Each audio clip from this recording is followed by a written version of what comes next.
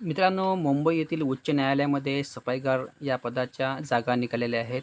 त्याबद्दल आपण थोडक्यात माहिती पाहूया. त्याचप्रमाणे सदर फॉर्म हा ऑफलाईन असून थोडक्यात ऑफलाईन फॉर्म कसे भरावे हे मी या ठिकाणी महत्त्वाचे मुद्दे तुम्हाला सांगण्याचे प्रयत्न करतो. व्हिडिओ नक्की शेवटपर्यंत पाहायचा आहे आणि अशाच प्रकारची महत्त्वपूर्ण व्हिडिओ पाहण्यासाठी चॅनलसुद्धा सबस्क्राईब करून ठेवायचा आहे, जेणेकरून एखादा व्हिडिओ टाकल्याची नोटिफिकेशन तुम्हाला मिळावी यासाठी.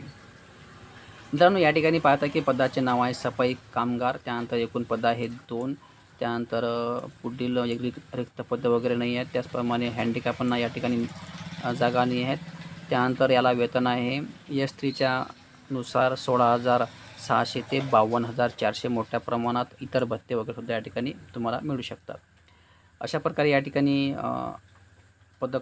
सफाईकार या पदासाठी भरती निघालेली असून जर का तुम्ही गव्हर्नमेंट जॉबच्या शोधात असाल तर ही सरळ सेवा भरती आहे. तुम्ही या ठिकाणी अप्लाय करू शकता. त्यानंतर या ठिकाणी पाहत आहे की दिनांक 11 जुलै 2024 रोजी बाय स्पीड पोस्टाने तुम्हाला हा अर्ज पाठवायचा आहे. 11 तारीख ही लास्ट आहे. 11 जुलै म्हणजे पुढच्या महिन्यातली 11 तारीख ही लास्ट आहे. त्यानंतर या ठिकाणी हा पत्ता दिलेला आहे. या पत्त्यावर तुम्हाला हा फॉर्म अर्ज वगैरे पाठवायचा आहे. अर्ज वगैरे कसा भरायचा आपण समोर पुढे या ठिकाणी पाहणारच आहोत.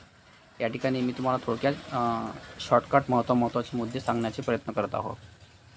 त्यानंतर या ठिकाणी पाहत आहे की सफाई कामगार पदासाठी अर्ज जो तुम्ही लिफाफा घेणार आहे त्या लिफाफ्याच्या वर तुम्हाला हेडिंगमध्ये लिहायचं आहे इन्व्हर्टेड कॉमामध्ये लिहायचं आहे सफाई कामगार पदासाठी अर्ज. अशा प्रकारे लिहिणे गरजेचे आहे. तोच लिफाफा या ठिकाणी ग्राह्य धरला जाणार आहे. सफाई कामगार पदासाठी अर्ज हे तुम्हाला ज्या लिफाफ्यामध्ये तुम्ही अर्ज पाठवाल त्या लिफाफ्यावर हे नाव असणे गरजेचे आहे. अशा प्रकारे तुम्हाला मी शॉर्टकट मुद्दे सांगितले आहे. त्यानंतर या ठिकाणी क्वालिफिकेशन मागितलेलं आहे. पात्रता भारतात नागरिक असावा आणि शैक्षणिक अर्हता मागितले. उमेदवार किमान 7वी उत्तीर्ण असणे गरजेचे आहे. 7वी पास. त्यानंतर उमेदवारास मराठी व हिंदी भाषा लिहिता वाचता बोलता येणे आवश्यक आहे. त्यानंतर अनुभवाचं या ठिकाणी दिलेलं आहे की उमेदवाराला शौचालय व स्नानगृह स्वच्छतेचा झाडू कामाचा तसेच कार्यालय परिसर स्वच्छतेचा पुरेसा अनुभव असावा. त्यानंतर याला वयाची अट दिलेली आहे. खुल्या वर्गासाठी आणि मागासवर्गीयांसाठी 18 वर्ष पूर्ण असावे आणि खुल्या वर्गासाठी 38 वर्षापर्यंत, मागासवर्गीयांसाठी 43 वर्षापर्यंत या ठिकाणी वयाची लिमिट दिलेली आहे. मित्रांनो, अशा प्रकारे या ठिकाणी मी तुम्हाला महत्त्वाचे मुद्दे सांगितलेले आहे. त्यानंतर याची सिलेक्शन प्रोसेस आहे. तुमच्या 15 मार्काचा म्हणजे 30 मार्काची परीक्षा होणार आहे. किमान तुम्हाला 15 मार्क पास व्हायला असणे गरजेचे आहे. त्यानंतर तुमचं फिजिकल होणार आहे 10 मार्काचं आणि वैयक्तिक मुलाखत होणार आहे 10 मार्काची. अशी तुम्हाला एकूण 50 मार्काचं या ठिकाणी सिलेक्शन प्रोसेसची प्रक्रिया राहणार आहे.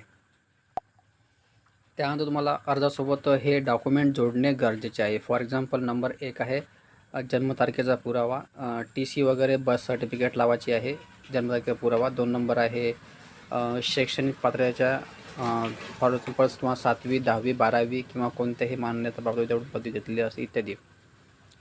तुम्ही 7वीपासून तुम्ही डॉक्युमेंट लावू शकता, नो प्रॉब्लेम ॲट ऑल. पण तुम्ही हायेस्ट क्वालिफिकेशन असेल ते सुद्धा तुम्ही टाकू शकता.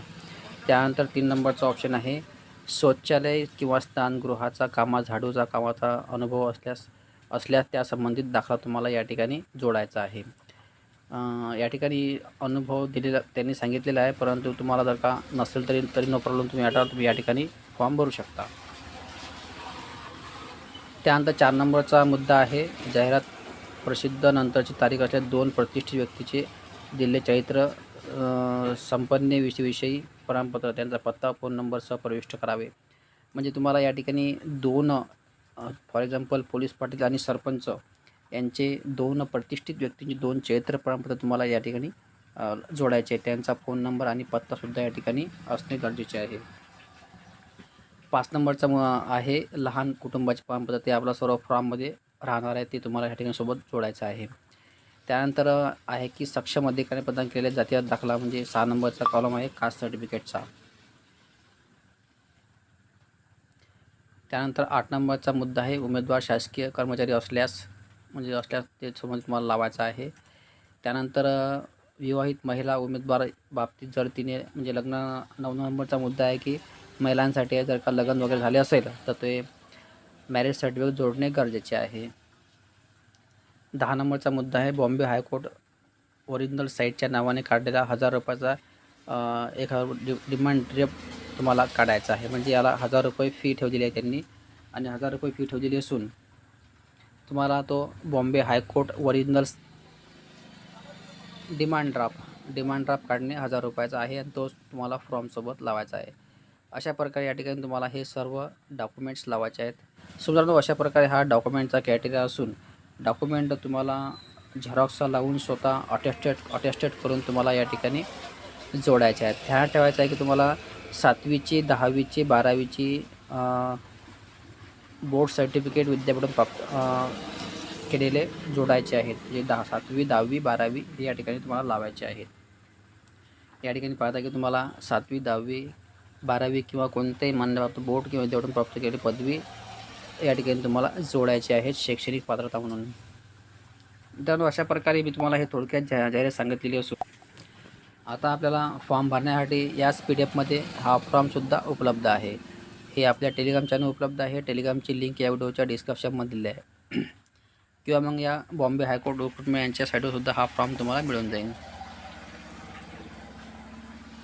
फॉर्म भरताना तुम्हाला सर्वप्रथम अलीकडे काढलेला एक फोटो तुम्हाला या ठिकाणी चिटकवायचा आहे. त्या फोटोवर तुम्हाला क्रॉस सिग्नेचर मारायची आहे.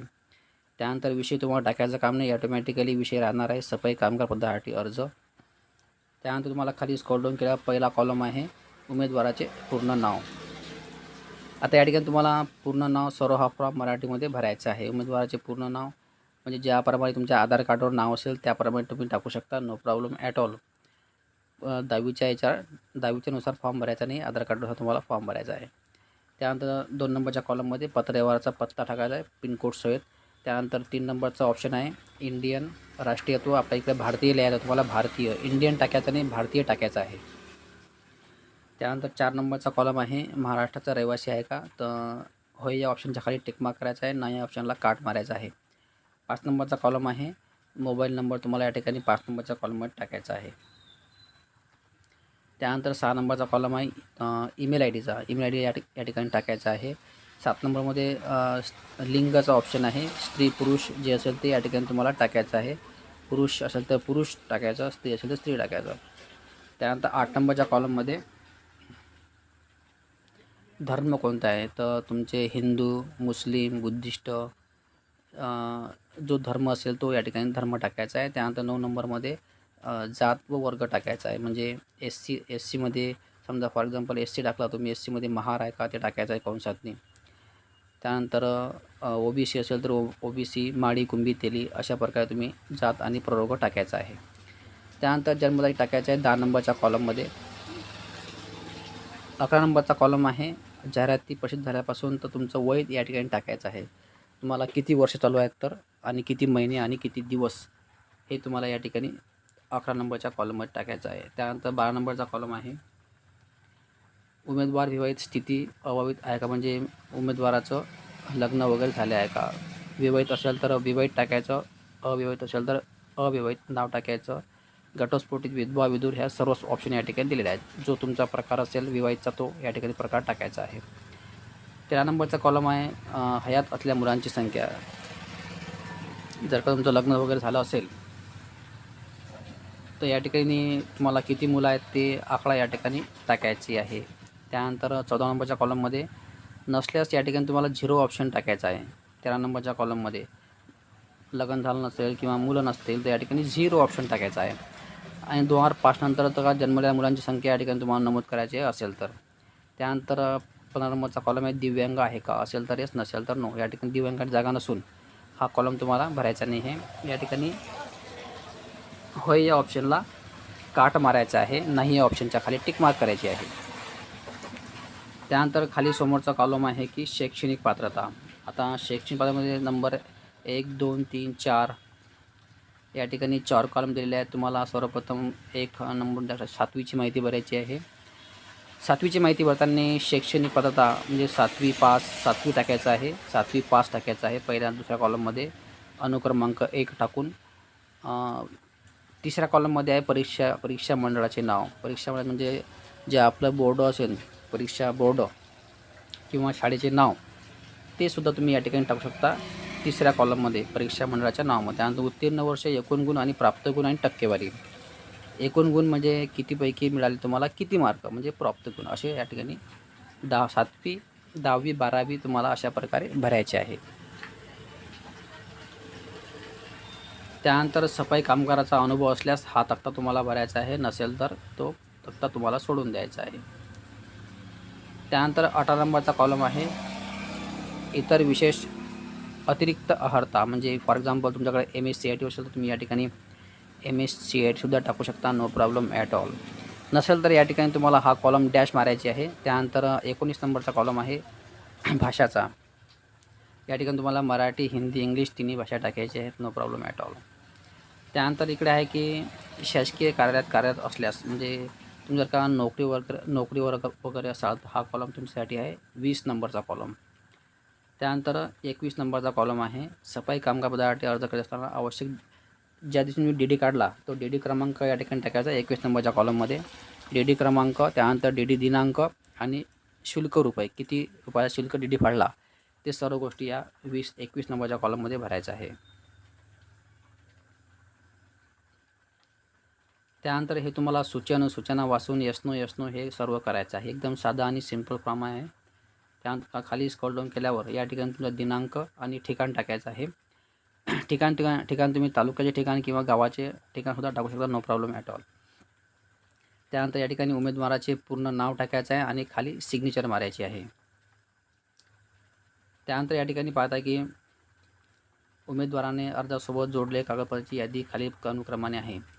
तर या ठिकाणी जे तुम्ही डॉक्युमेंट लावसाल ते या ठिकाणी तुम्हाला ते डॉक्युमेंट कोणते आहेत ते 1 बाय 1 या ठिकाणी टाकायचे आहे. फॉर एक्झाम्पल TC, 10वी 12वी, कास्ट सर्टिफिकेट, नॉन क्रिमिनल, अधिवास, अशा प्रकारे या ठिकाणी तुम्हाला 1 बाय 1 डॉक्युमेंट जेवढे जोडले असेल तेवढे तुम्हाला या ठिकाणी टाकायचे आहेत. डॉक्युमेंट तुम्हाला सेल्फ अटेस्टेड करायचे आहेत, ध्यान ठेवायचं, सेल्फ अटेस्टेड.